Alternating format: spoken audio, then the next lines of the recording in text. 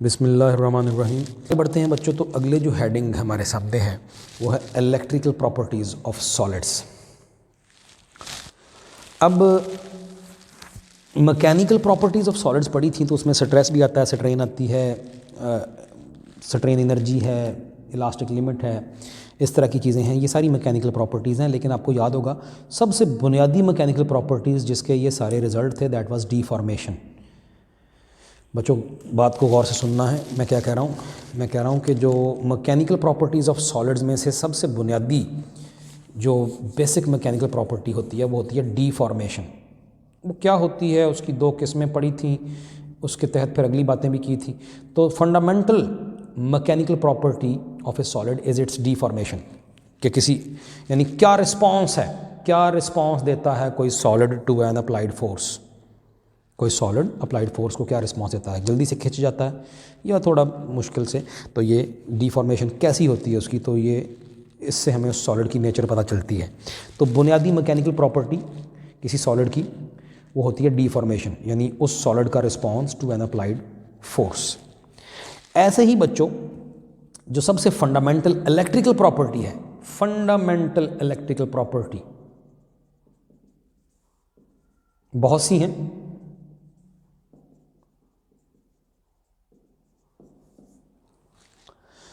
लेकिन जो सबसे बुनियादी इलेक्ट्रिकल प्रॉपर्टी होती है किसी भी मटेरियल की या किसी सॉलिड की, हम सॉलिड्स की बात कर रहे हैं, वो होती है कि उस सॉलिड का क्या रिस्पॉन्स है, इट्स रिस्पॉन्स। किसी सॉलिड का रिस्पॉन्स कैसा रहा to an applied electric field.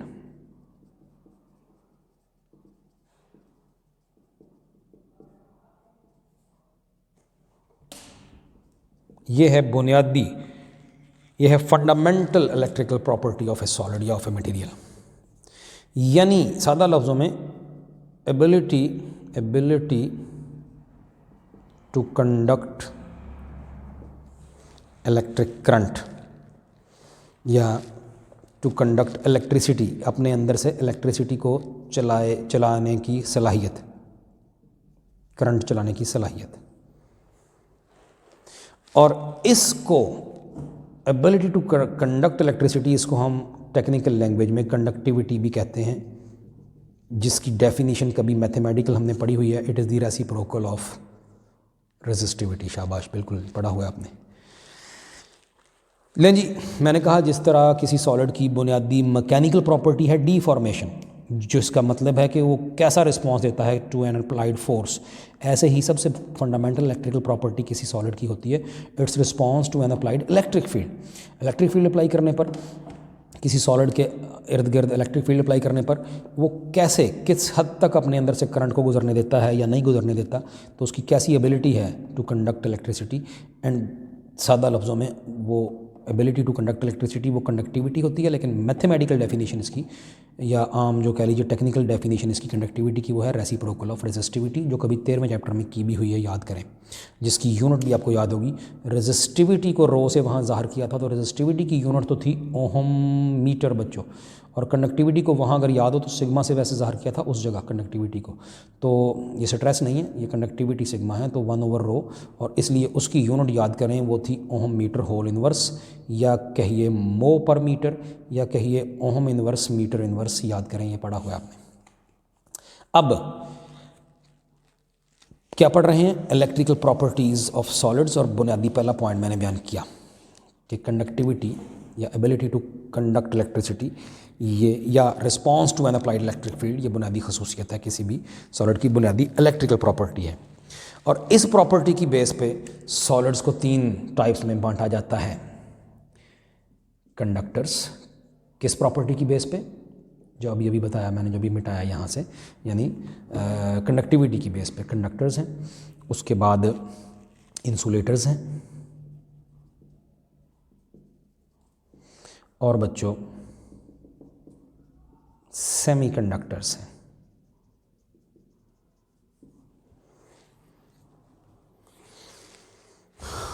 इनकी अपनी अपनी वैसे डेफिनेशन कुछ पहले भी हमने एटलीस्ट इन दोनों की तो बड़ी दफ़ा की हुई है।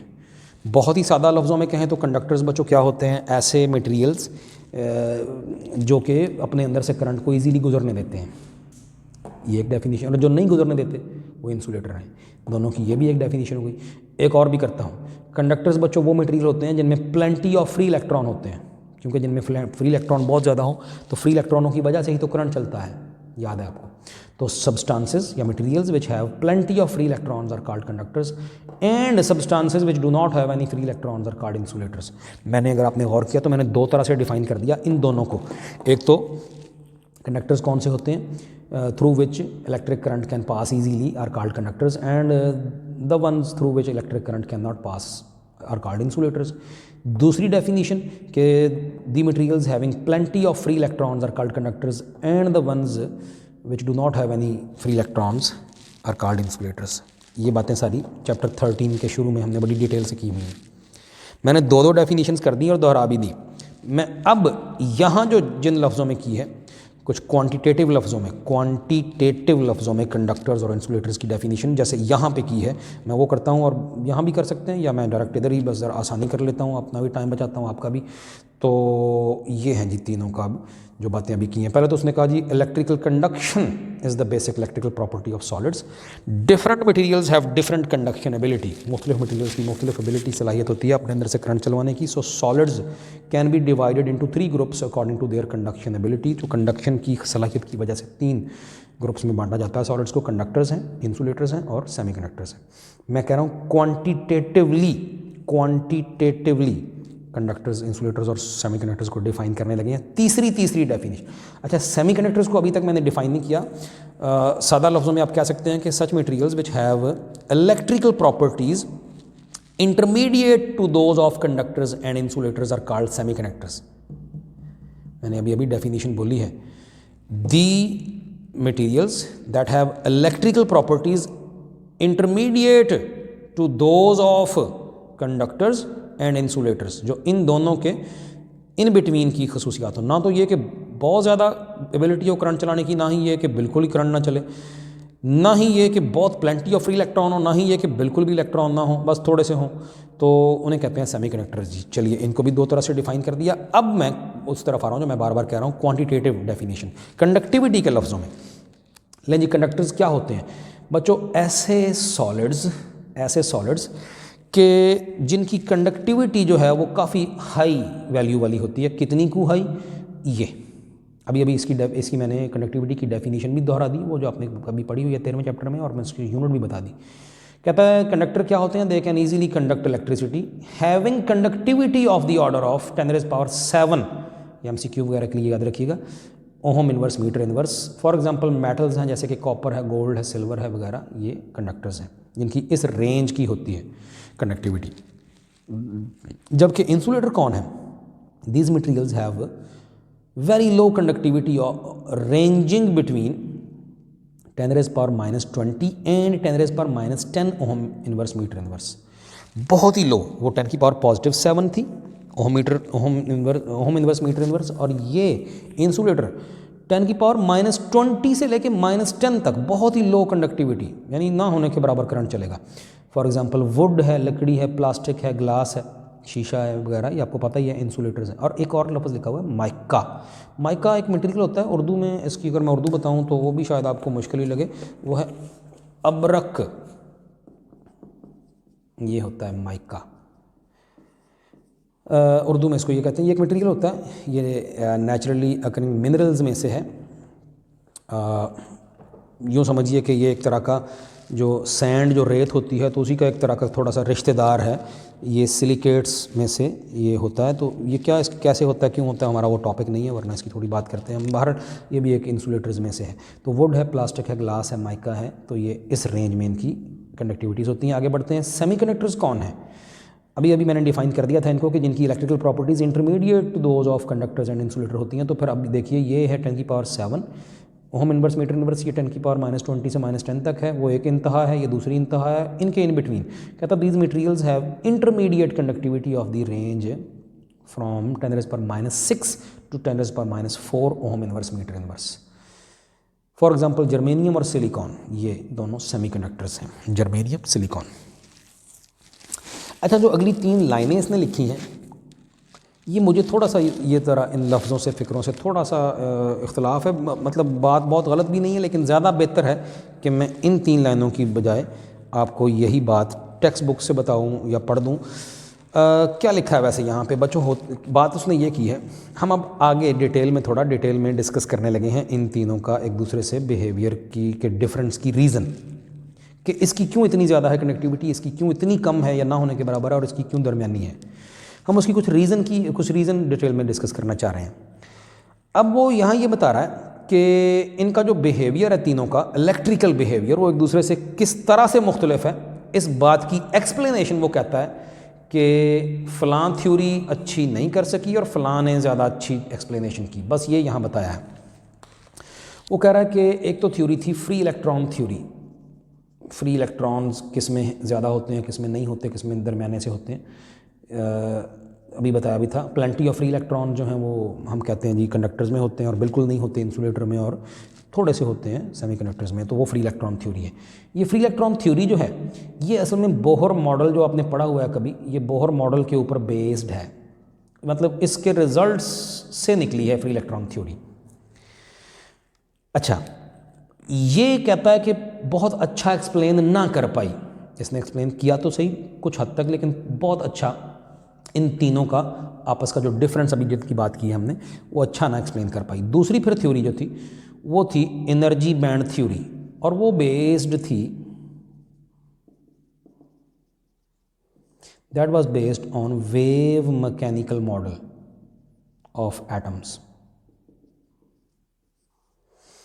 वेव मैकेनिकल मॉडल, एटम की एक्सप्लेनेशन के बथेरे मॉडल्स मुख्तलिफ साइंसदानों ने बयान किए थे। बोहर मॉडल आपने मशहूर पढ़ा हुआ है, रदरफोर्ड मॉडल उससे पहले आपने पढ़ा हुआ है, और केमिस्ट्री में शायद कहीं आपने वेव मैकेनिकल थ्योरी या वेव मैकेनिकल मॉडल के लिए ये लफ्ज़ भी कहीं पढ़ा होगा।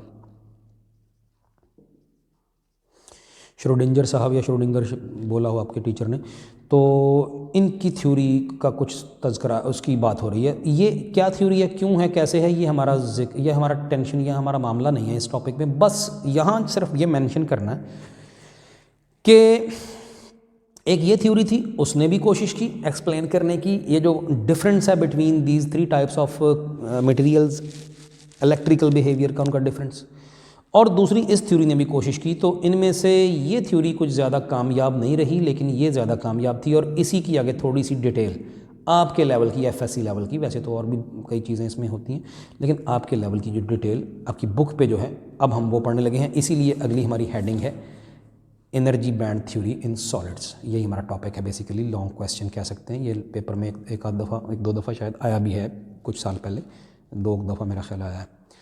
अच्छा, बहरहाल ये थ्योरी क्या पढ़ने लगे हैं इसको, लेकिन मैं चाहता हूँ कि इन 3 लाइनों की जगह मैं टेक्स्ट बुक से कुछ पढ़ना चाह रहा हूँ। ये थोड़ा सा मुझे थोड़े से लफ्ज़ ज़्यादा अच्छे नहीं लगे, तो मैं इसकी जगह मैं चाहता हूँ अब ये अटैच कर दीजिएगा। मैं यहाँ पर हूँ जी, पेज नंबर 143 है ये बच्चों, इलेक्ट्रिकल प्रॉपर्टीज़ ऑफ सॉलिड्स, और ये जो बातें हमने अभी तक कर ली हैं ये तकरीबन यहाँ तक है, सिलिकॉन, जर्मेनियम एटसेट्रा, सेमीकंडक्टर तक। यहाँ से दी से कहता भी कन्वेंशनल, वो जो रिवायती free electron theory based on Bohr model of electron distribution in an atom.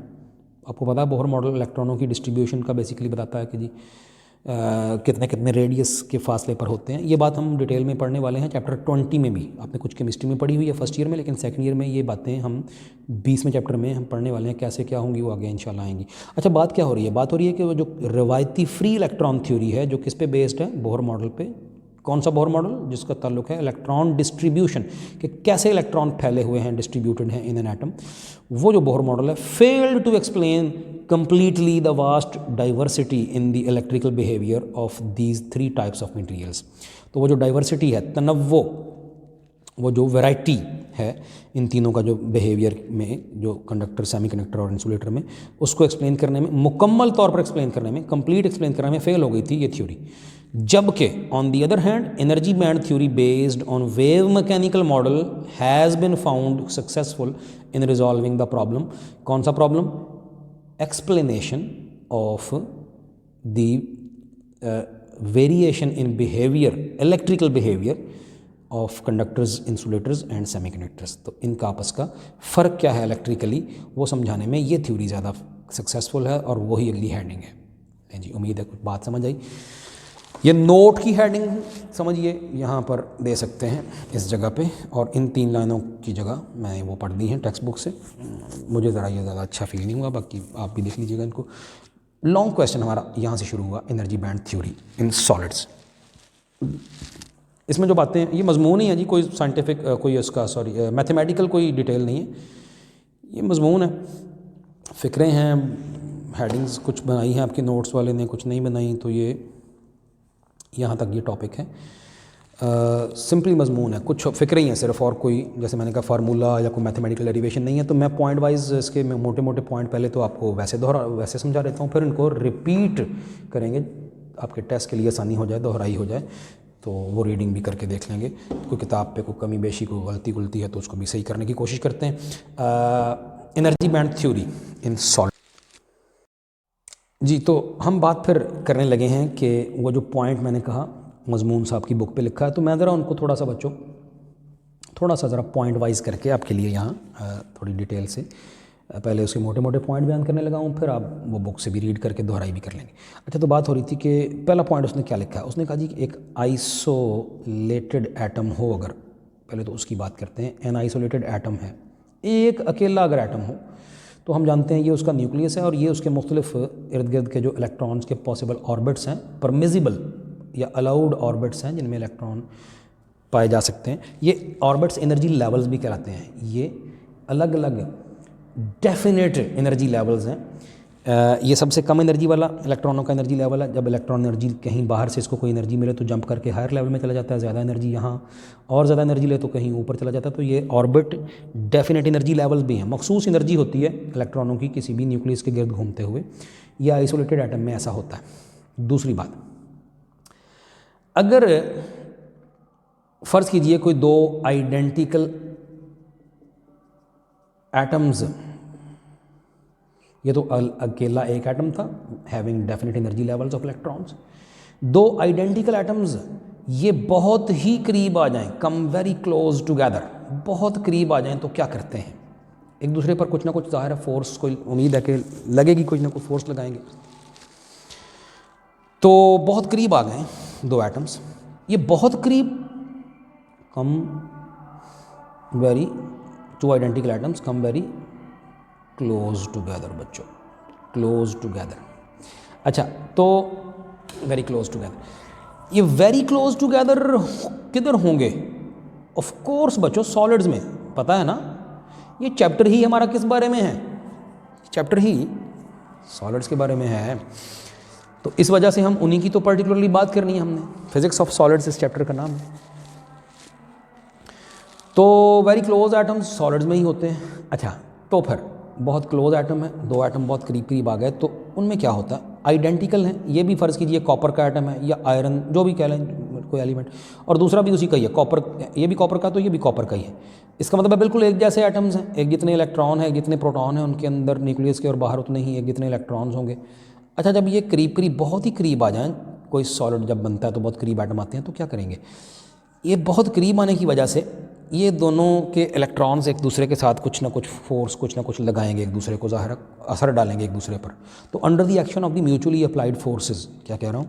Under the action of mutually applied forces, कुछ थोड़ा थोड़ा दोनों में ही बदलाव आता है। दोनों ही एटमों के स्ट्रक्चर में हल्का सा आपस की लगाई गई फोर्सेस के ज़रिए असर बदलाव आता है। वो क्या बदलाव आता है? ये 2 एटम्स हैं, तो होता ये है कि इनके जो अपने अपने इलेक्ट्रॉन्स हैं, वो यूँ समझिए कि एक दूसरे के ऊपर लगाई गई फोर्सेस की वजह से वो अपने डेफिनेट एनर्जी लेवल्स जो थे इनके, वो जो अलग अलग थे, वो स्प्लिट होके 2 सब लेवल्स में बढ़ जाते हैं। 2 सब लेवल्स में, उन सब लेवल्स को एनर्जी स्टेट्स कहते हैं। अपनी असल जगह से थोड़ा सा नीचे और थोड़ा सा ऊपर, ये 2 सब लेवल्स में, ये एक था पहले एनर्जी लेवल, इसको मैं अगर अलग से दिखाऊं तो चलिए यूँ समझ लें, इसको मैं स्ट्रेट लाइन के तौर पर दिखाऊं। एक एनर्जी लेवल था ये, एक उससे कुछ नीचे था, कुछ और ऊपर भी होंगे। तो हर एनर्जी लेवल 2 एटम थे, तो क्या हो गया? वो हल्का सा अपनी असल जगह से नीचे और हल्का सा ऊपर 2 सब लेवल्स में स्प्लिट हो गया, दरमियान से जगह ख़त्म हो गई। समझिए, एक एनर्जी लेवल, एक definite energy level 2 sub levels में, which we call energy states में बढ़ गया। स्टेट्स जो कि सब लेवल्स हैं। ओरिजिनल एक लेवल था, उसके दो स्प्लिट होकर हिस्से बन गए, ये वाला भी और इससे नीचे वाला, यानी ये वाला भी और इससे नीचे वाला भी, सबके साथ यही हुआ। इधर इसके साथ भी ऐसा ही हुआ, under the action of mutually applied forces. दो एटम थे तो दो दो सब लेवल बन गए। और उसके साथ हुआ फिर ये कि एक दूसरे को लगाई गई फोर्सेस की वजह से इन दोनों एटमों के जो मसलन आउटर मोस्ट शेल वाले जो इलेक्ट्रॉन थे, इसका कोई इलेक्ट्रॉन जो था या इलेक्ट्रॉन जितने भी जो इस लेवल में थे वो थोड़ा सा समझिए कोई नीचे को हो गया, क्योंकि अब असल लेवल से ज़रा नीचे और ज़रा ऊपर दो लेवल सब लेवल नमूदार हो गए। ये दोनों एटमों के इलेक्ट्रॉन बहुत करीब हैं तो ये सेम लेवल नहीं रख सकते। ये उसूल है कि ये दोनों सेम लेवल नहीं रखेंगे, एक थोड़ा सा निचला लेवल ले लेता है। मसलन इस वाले का जो इधर इलेक्ट्रॉन, तो इस एटम का एक इलेक्ट्रॉन, इस एटम का इलेक्ट्रॉन हल्का सा नीचे को खिसक गया, वो जो दो सब लेवल थे उनमें से एक सब लेवल इसने ले लिया, और जो ऊपर बचा यानी ऊपर वाला सब लेवल वो दूसरे के इलेक्ट्रॉन ने वो ऑक्यूपाई कर लिया। तो दोनों के ही डेफिनेट एनर्जी लेवल जो थे वो दोनों के ही दो सब लेवल बन गए। इसके इलेक्ट्रॉन ने उन सब लेवल में से मसलन नीचे वाला ऑक्यूपाई कर लिया, तो दूसरे वाले ने ऊपर वाला कर लिया। दोनों सेम नहीं रख पाएंगे करीब एक दूसरे के लगाई गई फोर्सेस की वजह से। ऐसा ही काम नीचे वालों ने भी किया। तो ये जो बहुत ही करीब करीब इस तरह से एक एनर्जी लेवल के दो सब लेवल, जिनको एनर्जी स्टेट्स कहते हैं, वो बन गए। अगर ये दो एटम थे तो दो सब लेवल बने, अगर ये n एटम थे तो n सब लेवल बन जाएंगे करीब करीब करीब करीब। ये सब लेवल डिस्क्रीट हैं, अलग अलग हैं, डिस्क्रीट अलग अलग अलग हैं, लेकिन दे आर सो क्लोज, ये इतने करीब करीब हैं कि लगता है जैसे मिक्स हुए हुए हैं, जैसे एक ही पट्टी सी बन गई हो। एंड दैट पट्टी सी इज कॉल्ड एनर्जी बैंड। जल्दी से मैं फिर रिपीट कर दूं, दो एटम थे बहुत करीब आए तो एक दूसरे म्यूचुअली अप्लाइड फोर्सेस की वजह से दोनों के जो डेफिनेट एनर्जी लेवल थे वो स्प्लिट होकर दो सब लेवल में बट गए। एन एटम होंगे तो करीब करीब बहुत आएंगे तो एन सब लेवल्स में बढ़ जाएंगे। ये जितना ज़्यादा करीब आएंगे उतना ही डिफरेंस इन सब लेवल्स का ज़्यादा बढ़ता जाएगा, दूरी बढ़ती जाएगी। जितना ज़्यादा करीब आएंगे उतना ही ये सेपरेशन, इनकी स्प्लिटिंग ज़्यादा होती जाएगी।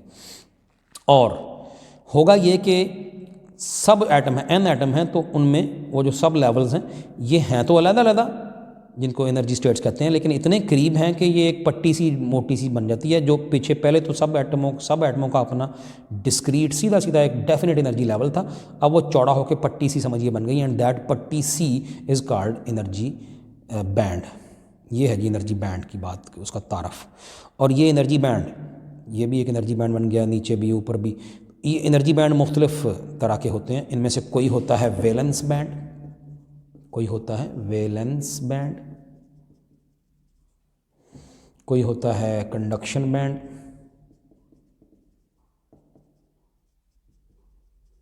कोई होता है फील्ड बैंड या पूरा नाम है कंप्लीटली फील्ड बैंड।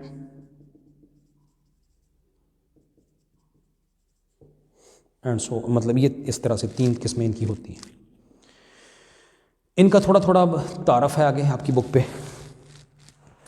तो बच्चों, एटमों के जो मैंने बताया कि सब लेवल बन गए और वो एनर्जी स्टेट्स भी कहलाती हैं, और उनकी वो डिस्क्रीट स्टेट्स हैं लेकिन इतनी करीब करीब हैं कि एक चौड़ी पट्टी सी बन जाती है, वो एनर्जी बैंड कहलाती है।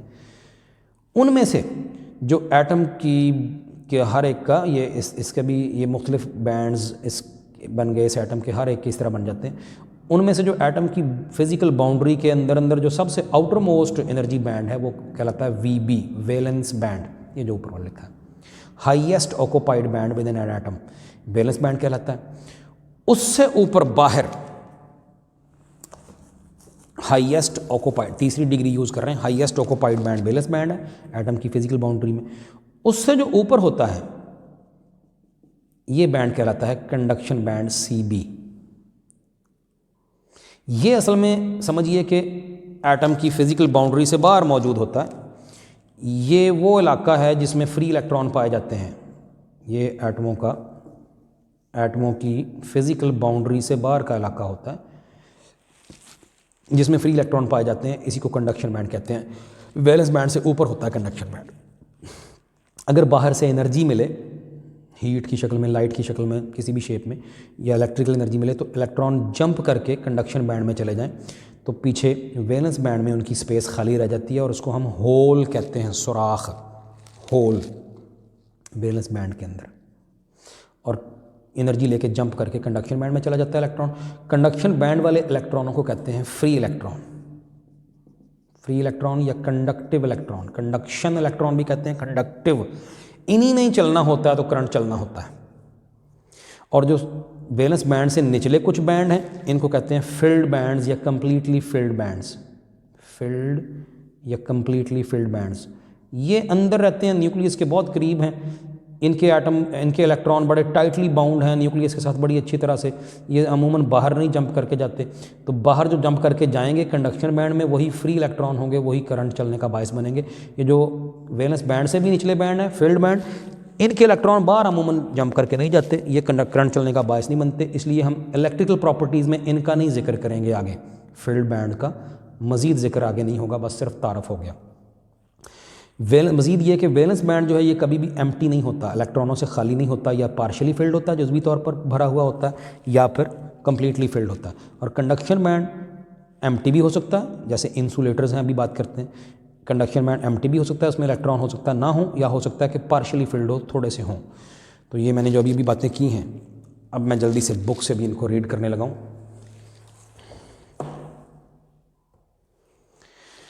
लें जी, एनर्जी बैंड थ्योरी कहता है, पहला point, electrons of an isolated atom are bound to the nucleus. एक अकेला एटम होता है तो उसके जो आइसोलेटेड एटम, उसके जो इलेक्ट्रॉन हैं वो bound to the nucleus, nucleus से, अपने न्यूक्लियस से बंधे हुए हैं, and can only have definite energy levels, और उनके सिर्फ मखसूस एनर्जी लेवल्स हो सकते हैं। But when two atoms are brought near to each other, then each level is split up into two sub levels called states under the action of forces exerted by other atoms in the solid. एक atom की दूसरे से जो force लगती है, ये जो दो एटमों की बात हमने यहाँ की थी, ठीक हो गया। The closer the atoms the greater will be the splitting, ये भी हमने अभी बात यहाँ पर थोड़ी देर पहले यहाँ की थी।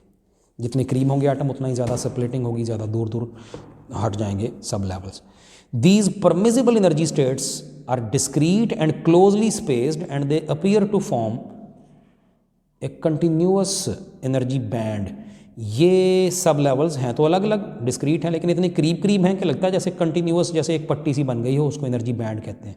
In between two permissible energy bands, अच्छा ये छोटा सा पॉइंट मैंने नहीं बताया था, ये भी चलिए तो वैसे दिखाया है यहाँ, यानी ये एक एनर्जी बैंड है, फिर एक ये एनर्जी बैंड है, दरमियान में खाली भी है। उसी तरह जिस तरह एनर्जी लेवल्स होते हैं तो दरमियान में खला होता है, दरमियान में इलेक्ट्रॉन अलाउड नहीं होते, बस यही परमिजिबल एनर्जी लेवल्स हैं, इनमें इलेक्ट्रॉन हो सकते हैं। तो एनर्जी बैंड में भी यहाँ इलेक्ट्रॉन हो सकते हैं, दरमियान में गैप है, यहाँ हो सकते हैं वैलेंस बैंड में, फिर दरमियान में गैप है, फिर उससे नीचे हो सकते हैं, फिर दरमियान में गैप है। वो जो गैप है उसको फॉरबिडन, ममनुआ एनर्जी बैंड कहते हैं, और उनको फॉरबिडन एनर्जी स्टेट्स कहते हैं, वो जो एनर्जी स्टेट्स होती हैं दरमियान में खाली। मैं पढ़ता हूँ, इसको कहता है कि इन बिटवीन टू परमिजिबल दो अलाउड एनर्जी बैंड्स के in between their is a range of energy states which can not be occupied by electrons. वहाँ इलेक्ट्रॉन नहीं पाए जा सकते, ये दरमियान में जो खाली जगह हैं, अभी इनकी बात करते हैं। These are called forbidden energy states and the range between the two consecutive permissible energy bands is called forbidden energy gap. ममनुआ एनर्जी गैप होता है हर दो एनर्जी बैंड्स के दरमियान में, वहाँ नहीं इलेक्ट्रॉन पाए जा सकते। The electrons in the outermost orbit are called valence VALENCE valence electron। जो सबसे outermost के हैं वो valence electron हैं, outermost band के। The band occupied by these electrons is called valence band, VALENCE valence band. It is highest occupied band, ये इलेक्ट्रॉनों ने ऑक्यूपाई किया हुआ है अपने एटम के अंदर हाईएस्ट बैंड। यहाँ तीसरी डिग्री यूज़ की, हाईएस्ट, इससे ऊपर और कोई नहीं। लेकिन फिर आगे बताया कि इससे भी ऊपर है वो कंडक्शन बैंड है, वो असल में वो मैंने बताया एटम की फिजिकल बाउंड्री से बाहर होता है, ये खुला इलाका, ये कंडक्शन बैंड कहलाता है, जिसमें फ्री इलेक्ट्रॉन चल फिर रहे होते हैं, ये कंडक्शन बैंड होता है, इन्हीं की वजह से करंट चलता है। और अगली बात कि it may either be completely filled और partially filled, but can never be empty, ये मुकम्मल फिल्ड भी हो सकता है वैलेंस बैंड, या जुज़वी तौर पर कभी खाली नहीं होता। The band above the valence band is called conduction band. Atom की फिजिकल बाउंड्री से समझिए बाहर होता है कंडक्शन बैंड, इसीलिए वैलेंस बैंड से अबव होता है। It is occupied by free electrons, इसमें फ्री इलेक्ट्रॉन होते हैं। Since they play the main role in conduction, conduction band में जो इलेक्ट्रॉन है वही कंडक्शन में यानी करंट चलाने में रोल अदा करते हैं। So they are also called conduction electrons. The conduction band में आइदर बी एम्प्टी और पार्शली फिल्ड, ये खाली होता है या जुज़वी तौर पर भरा हुआ हो सकता है। फिर कहता है the band below the valence band is called filled band या completely filled band. It plays no part in the conduction, ये नहीं हिस्सा लेता कंडक्शन में, करंट चलने में। It is due to the bound electrons in an atom, ये अच्छी तरह से बाउंड हैं। ये कहीं अभी थोड़ी देर पहले ये जो अंदर वाले हैं ये बहुत अच्छी तरह बाउंड हैं, ये बाहर नहीं जाते, ये नहीं करंट चलने का बायस बनते। इनको मज़ीद आगे नहीं हम बयान करेंगे। अच्छा, अब इन एनर्जी बैंड्स के लफ्ज़ों में फिर क्या फ़र्क है इंसुलेटर्स का, कंडक्टर्स का और बच्चों सेमी कंडक्टर्स का। ये बड़ी क्योंकि सादा सी डायग्राम है तो मैं दोबारा उधर नहीं नीचे बनाता, ये इधर से ही देख लेते हैं। इनके लफ्ज़ों में अब कैसे डिफरेंट हैं कंडक्टर्स और इंसुलेटर्स और सेमी कंडक्टर्स, तो वो देखने लगे हैं। पहले तो जी कौन होते हैं इंसुलेटर? बच्चों वो होते हैं इंसुलेटर जिनमें फुल होता है वैलेंस बैंड, खाली एम्प्टी होता है कंडक्शन बैंड, एक लार्ज एनर्जी गैप होता है, वो जो अभी कहा था ये वाला फॉरबिडन एनर्जी गैप, ये बहुत बड़ा होता है। कई सेवरल इलेक्ट्रॉन वोल्ट, ये आमतौर पे 5-6 इलेक्ट्रॉन, 10-20 इलेक्ट्रॉन, 10-15 इलेक्ट्रॉन वोल्ट होता है एनर्जी की यूनिट इलेक्ट्रॉन वोल्ट के। इतनी एनर्जी सेवरल इलेक्ट्रॉन वोल्ट्स का होता है, सेवरल इलेक्ट्रॉन वोल्ट्स का ये एनर्जी गैप होता है। फुल होता है वैलेंस बैंड इंसुलेटर्स में, खाली होता है कंडक्शन बैंड, और ये गैप बहुत बड़ा है इंसुलेटर्स में कि वैलेंस बैंड वाले इलेक्ट्रॉन जंप करके कंडक्शन बैंड में जाने से कासर होते हैं। इतनी ज़्यादा एनर्जी चाहिए बहुत दूर जाने में, फॉरबिडन एनर्जी गैप काफ़ी बड़ा है। क्या होते हैं insulator? Insulators are those materials in which the valence electrons are bound very tightly to their atoms, वो बड़ी सख्ती से बंधे होते हैं अपने एटमों से। They have an empty conduction band, a filled valence band और a large energy gap of several electron volt. काफ़ी ज़्यादा एनर्जी चाहिए, बड़ी मुश्किल ही होगी इधर से इलेक्ट्रॉनों को उधर जाने में, यानी कंडक्शन के लिए फ्री इलेक्ट्रॉन दस्तियाब नहीं होंगे सादा लफ्ज़ों में इंसुलेटर्स में, क्योंकि ये एनर्जी गैप बहुत बड़ा है। कंडक्टर्स में क्या होता है? कंडक्टर्स में बच्चों देखिएगा, ये जो सारा है ये यहाँ तक, ये सारे का सारा, ये सारे का सारा, ये जो है ये सारे, ये लिखा, ये एरो बनाया हुआ है, ये कंडक्शन बैंड है, और इसी के साथ मिक्स कुछ कुछ हो रहा है, ये थोड़ा सा हिस्सा मिक्स हो गया, ये सारा, ये वाला, ये वाला, ये वाला, यहाँ तक ये एरो बनाया हुआ है, ये वैलेंस बैंड है। क्या देखा आपने कंडक्टर्स में? अनलाइक इंसुलेटर, इंसुलेटरों में तो बहुत परे परे हैं दोनों, वैलेंस बैंड और कंडक्शन बैंड, और बहुत बड़ा गैप है। वैलेंस बैंड से जंप करके कंडक्शन बैंड में जाने का इलेक्ट्रॉनों को मौका नहीं है। इंसुलेटर में फ्री इलेक्ट्रॉन नहीं हो सकते। कंडक्शन बैंड में जो इलेक्ट्रॉन है उनको फ्री इलेक्ट्रॉन कहते हैं, उन्हीं की वजह से करंट चलता है, तो इंसुलेटर में वो नहीं मौजूद होते। लेकिन बच्चों कंडक्टर्स में क्या है? कंडक्टर में ओवरलैपिंग है। ये देखें, इतना इतना हिस्सा, ये दोनों एरोज आपस में मिक्स हो गए, इतना था कंडक्शन बैंड और उसी के अंदर ही शुरू हो गया ये नीचे वैलेंस बैंड, या इतना था वैलेंस बैंड यहाँ तक और उसी के अंदर से ही शुरू हुआ कंडक्शन बैंड। ओवरलैप हो रहे हैं, कोई फिजिकल डिस्टिंक्शन नहीं है, कोई फासला नहीं है आपस का, आपस में मिक्स हैं। जो वैलेंस बैंड है वही कंडक्शन बैंड है, जो कंडक्शन बैंड है वही वैलेंस बैंड है। इसका मतलब है वैलेंस बैंड के सारे ही इलेक्ट्रॉन इजीली अवेलेबल हैं करंट चलने के लिए, कंडक्शन बैंड में जाने के लिए, क्योंकि कंडक्शन बैंड दूर नहीं है बल्कि मिक्स ही है। तो फिर conductors are those materials in which we have large number of free electron, बहुत ज़्यादा फ्री इलेक्ट्रॉन होते हैं, कंडक्शन इलेक्ट्रॉन होते हैं, कंडक्टिव इलेक्ट्रॉन होते हैं। क्यों? क्योंकि ओवरलैप किए हुए होते हैं वैलेंस बैंड और conduction band. They have partially filled conduction band, partially filled valence band, no energy gap. मैं इन दोनों की बजाय, ये भी चलिए चल तो जाएंगे, लेकिन मैं इनकी बजाय कहता हूँ कि they have overlapped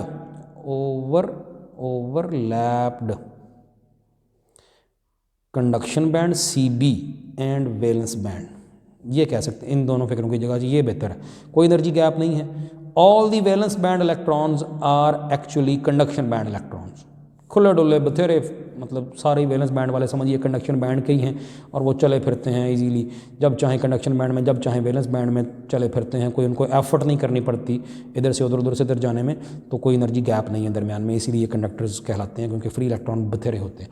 semi conductor में इन दोनों इंतहाओं के इन बिटवीन है, ना तो बहुत बड़ा एनर्जी गैप है, ना बिल्कुल मिक्स हुए हैं दोनों, क्या कहता है, semi conductors are those materials which have electrical properties lying, जो पड़ी हुई हैं, lying in between those of insulate, in between या lying between those of insulators and conductors.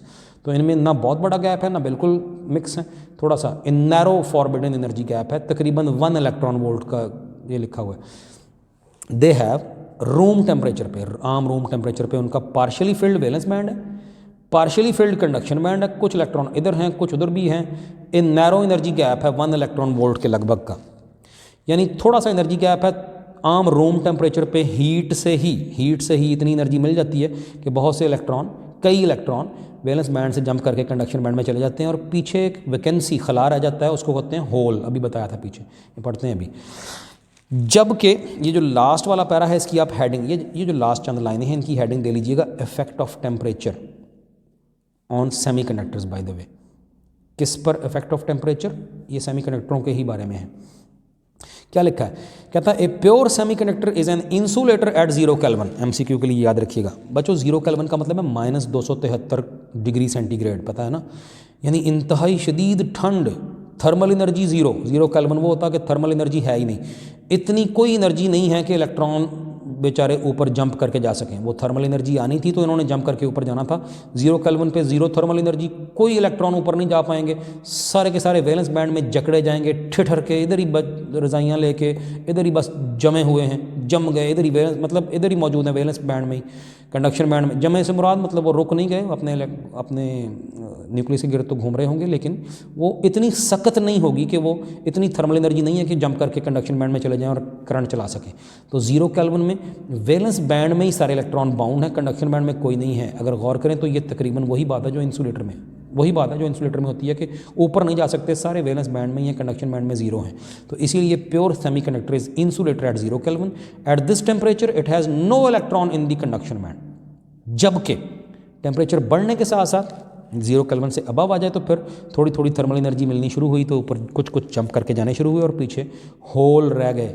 और होल का मतलब होता है पॉजिटिव चार्ज वाली एक वैकेंसी इलेक्ट्रॉन की। क्यों? क्योंकि नीचे न्यूक्लियस मौजूद है, इलेक्ट्रॉन जब एटम से बाहर निकल जाए, ये तकरीबन वो कॉन्सेप्ट है जैसे आपको पता ही है आयन कैसे बनते हैं, कुछ मिलता जुलता कॉन्सेप्ट है कि किसी एटम के अंदर से इलेक्ट्रॉन बाहर चला जाए तो ज़ाहिर है वो उस पर पॉजिटिव चार्ज आ गया, तो ऐसे ही समझिए कि होल पैदा हो जाते हैं वैलेंस बैंड में इलेक्ट्रॉन ऊपर जाने से, और वो पॉजिटिव चार्ज रखते हैं, मतलब कोई इलेक्ट्रॉन अगर आया तो इसको कैच कर लेता है ये होल। तो क्या कहता है, but with the increase in temperature the electron jumps from valence band to the conduction band. Temperature बढ़ता है तो एनर्जी मिलती है, हीट एनर्जी इतनी कि ऊपर जा सके। Thus a vacancy of electron is produced in the valence band which is called hole. ये डेफिनेशन समझिए होल की क्या है, मैं बोलता हूँ, दी वैकेंसी खाली जगह of an electron, the vacancy of an electron in a valence band is called hole and it behaves like a positive charge, और वो पॉजिटिव चार्ज की तरह बिहेव करती है। सो एट रूम टेम्परेचर पे जर्मेनियम एंड सिलिकॉन जो कौन है, जो सेमीकंडक्टर्स हैं, पीछे बात हुई थी, crystals become a semiconductor. Room temperature पे वो सेमीकंडक्टर होते हैं, 0 केल्विन पे वो इंसुलेटर की तरह बिहेव करते हैं, और वेरी हाई टेम्परेचर पे कहीं कुछ कंडक्टर्स की तरह बिहेव करने लगते हैं। यही वो रीज़न है जो 13वें चैप्टर में कभी आपने पढ़ा था, एक टॉपिक था, मैंने उसकी आखिरी 3 लाइनें आपको याद होगा, मैंने आपकी टेक्स्ट बुक से बताई थी कि क्यों सेमीकंडक्टर्स में टेम्परेचर बढ़ने से रेजिस्टेंस बढ़ने की बजाय कम होती है। ज़रा वो पढ़िएगा, दोबारा याद कीजिएगा, क्योंकि टेम्परेचर बढ़ने से उनमें कंडक्शन बढ़ जाती है, ईजिली इलेक्ट्रॉन ऊपर जाते हैं और चलने लगते हैं, तो हम समझते हैं जैसे रेजिस्टेंस कम हो गई है।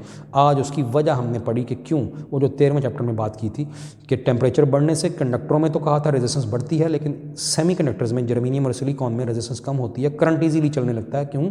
क्योंकि वैलेंस बैंड से बहुत से इलेक्ट्रॉन जंप करके करंट चलने का बायस बनते हैं, कंडक्शन बैंड में चले जाते हैं। ये बात यहाँ पर हो गई। Thank you very much ji.